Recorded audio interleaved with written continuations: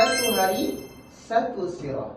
Ketika peristiwa hijrah ini berlaku, Nabi Muhammad dan Abu Bakar berlari ke Gua Sur untuk menyelamatkan diri daripada dikejar daripada kaum Quraisy. Abu Bakar As-Siddiq akan memasuki dalam gua terlebih dahulu dan akan memastikan dalam gua tersebut lebih selamat dan tiada yang lebih berbahaya.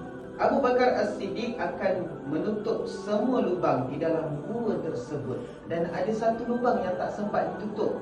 Lalu Abu Bakar As-Siddiq meletakkan kakinya di dalam lubang tersebut. Dan dalam masa yang sama, seekor ular mematuk kaki Abu Bakar As-Siddiq dan Abu Bakar As-Siddiq menahan sakit supaya Nabi Muhammad tidak terjaga daripada tidur. Sewaktu Abu Bakar menahan sakit, air matanya berlinangan terkena pipi Nabi Muhammad sallallahu alaihi wasallam.